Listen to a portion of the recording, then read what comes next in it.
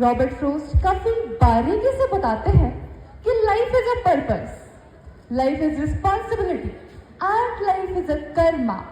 यहाँ इस लाइन से उनका मतलब हमारी उस डेली टू डू लिस्ट से नहीं है that we have to tick off before sleep, but उस लाइफ पर्पस की चेकलिस्ट से है that we have to tick off before our death. और आज हम इसी लाइफ पर्पस की चेकलिस्ट को लेकर डीप डाइव करेंगे, जानेंगे कि are my life purpose is really defined by मी या फिर आज सोसाइटी ने तरह तरह के फैक्टर्स देकर उनकी राह मोड़ दी। So before we div into the topic eight hand, firstly I want to know कि जब हम सब अपनी डेली टू डू लिस्ट बनाते हैं तो हम किन फैक्टर्स को ध्यान में रखते हैं? Well, there are two most important factors which define our daily to-dos. First are the timings कि मेरी 10 बजे इस इंसान के साथ मीटिंग है, at 11 I have to go for lunch and etc etc.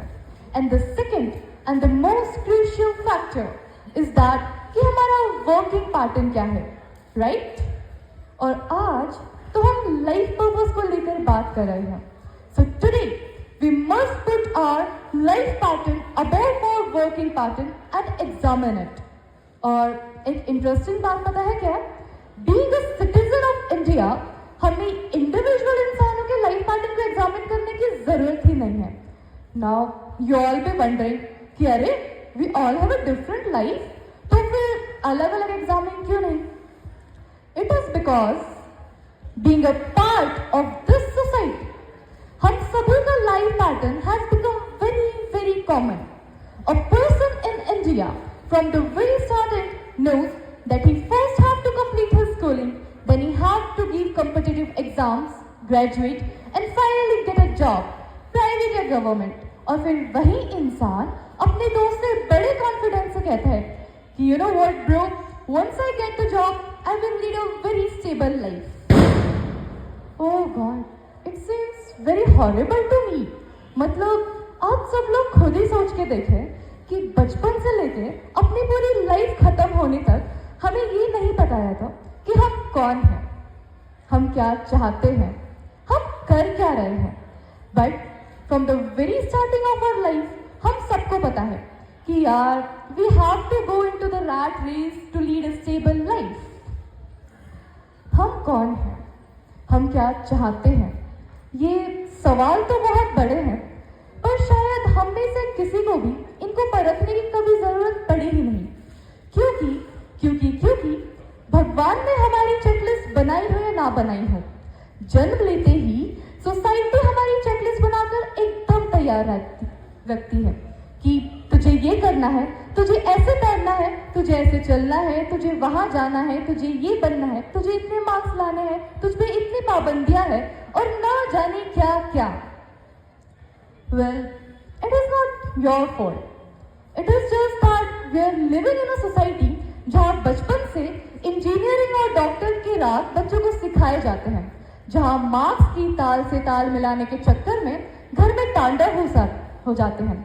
A society which is richly cultured in arts and music, but वहाँ arts and music को प्रोफेशन समझा ही नहीं जाता, जहाँ business is tobacco और हमारी कामयाबी की परिभाषा को नौकरी की जंजीरों से बांधा गया है। But इसी सोसाइटी के अंदर we have a great personality जिन्होंने इन सभी जंजीरों को तोड़कर एक बेहतरीन एग्जाम्पल सेट करा है।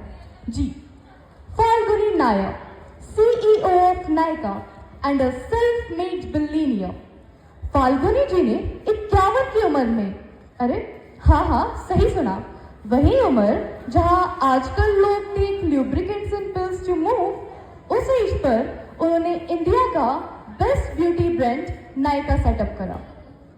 For 18 years of her life, she worked in an esteemed company and in 2009, at the age of 46, she aspired to start her own brand. वो कहती है कि वो बेशक 46 की हो चुकी थी, but she knew that she had the zeal to launch her own company and to take the risk in her life.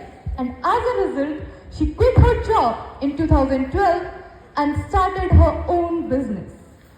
इस फैसले से उनका करियर किसी स्मूथ रोड पर तो नहीं था. Of course, कैसे भी होता, she had to take the risk of living a lucrative, comfortable and a secure job as a managing director in Kotak Mahindra. पर उन्होंने कभी भी कंफर्ट और सिक्योरिटी की वजह से अपने ड्रीम्स की कुर्बानी नहीं दी. She started working with different ideas, exploring new things, new environment, and finally, she gave birth to the very successful Nykaa. वो कहते हैं कि age is just a number and your talent has no expiry date. वो कभी अपनी age factor की वजह से नहीं रुकी, because it's better late than never. अंधेर से अबेर भली. ना ही कभी उन्होंने अपने कदम डर की वजह से पीछे लिए. And I truly think if she can build her own empire, then why can't we? आज हम सब इतना पीछे क्यों हैं? मैं बताती हूँ कि why we all are unable to climb the mountains. आज काफी एडवांस होने के बावजूद भी हम हर जगह एक चीप मेंटालिटी लेकर घूमते हैं.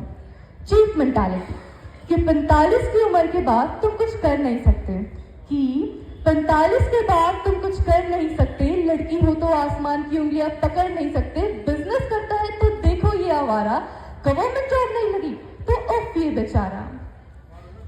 ये मेंटालिटी तो है, लेकिन आज हम इस मेंटालिटी को क्रिटिसाइज नहीं बल्कि इस मेंटालिटी के पीछे के रीजन को समझेंगे. And with the help of author कियोसाकी's book समझेंगे कि ऐसा क्या है जिसने हमारे माइंड को इतना बाइंड अप करके रखा है कि आज हमारी सोसाइटी कुछ ऐसे विचार रखती है. ऑथर कियोसाकी अपने बुक में बताते हैं कि हम सबकी लाइफ हमारे दो इमोशन से कंट्रोल होती है. First is the emotion of fear. हम लोग डेली करते क्या है? सुबह उठते हैं, काम पर जाते हैं, अपने बिल्स पे करते हैं, फिर अगले दिन उठते हैं, काम पर जाते हैं, अपने बिल्स पे करते हैं. Because we all have a fear to not have enough money and security in our life. And this fear even causes a night of turmoil and worry for some people. But एक बार salary के बाद हमारा डर तो चला जाता है, but we got bounded with the another emotion which controls our life, and the emotion is of greed. After getting the money, we start spending it, right? Without any management, any organization, any planning, and we say we are spending it because we got it. और फिर एक बार salary खत्म होने के बाद we again get up, we go to work and pay our bills. Author कहते हैं कि ये लाइफ पैटर्न डेवलप करता है वो सोच जो हमारे विचारों को पिंजरे में बांध कर रखता है, जो हमें कुछ नया स्टार्ट नहीं करने देता, जो हमें कभी भी अपने लाइफ पर्पसेस को डिफाइन नहीं करने देता.